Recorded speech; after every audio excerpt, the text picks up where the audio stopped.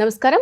ఈ 2026 పరాభవ నామ సంవత్సర ఉగాది శుభాకాంక్షలు. ప్రతి ఒక్కరికి కూడా మరి ఈ సంవత్సరం ఏ విధంగా ఉంటుంది అని తెలుసుకోవాలంటుంది. మరి రాశి ఫలాలు ఏ విధంగా ఉన్నాయి తెలియజేయడానికి మనతో పాటు ప్రముఖ జ్యోతిష్యులు వేణుస్వామి గారు ఉన్నారు. ఆయనతో మాట్లాడి తెలుసుకుందాం. గురుగారు నమస్కారం అండి. నమస్తే తల్లి. ఓం నమో వెంకటేశాయ. డయల్ న్యూస్ ప్రేక్షకులకు పరాభవ నామ సంవత్సర ఉగాది శుభాకాంక్షలు. మీకు కూడా అండి పరాభవ నామ సంవత్సర ఉగాది శుభాకాంక్షలు.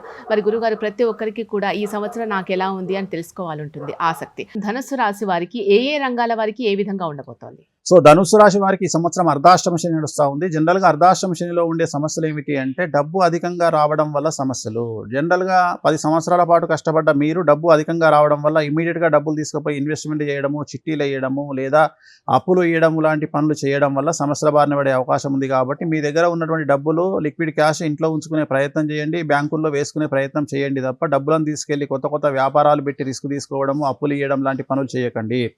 విద్యార్థులకు అనుకూలంగా ఉంటుంది, ఉద్యోగస్తులకు అనుకూలంగా ఉంటుంది, రాజకీయ నాయకులకు, వ్యాపారస్తులకు, కళాకారులకు, క్రీడాకారులకు, కాంట్రాక్టర్లకు, అలాగే చేపలు రొయ్యలు పండించే వారికి, అన్ని రంగాల వారికి ఈ సంవత్సరం అనుకూలమైనటువంటి పరిస్థితులు ఉంటాయి. కాకపోతే అర్ధాష్టమ శని ఉంది.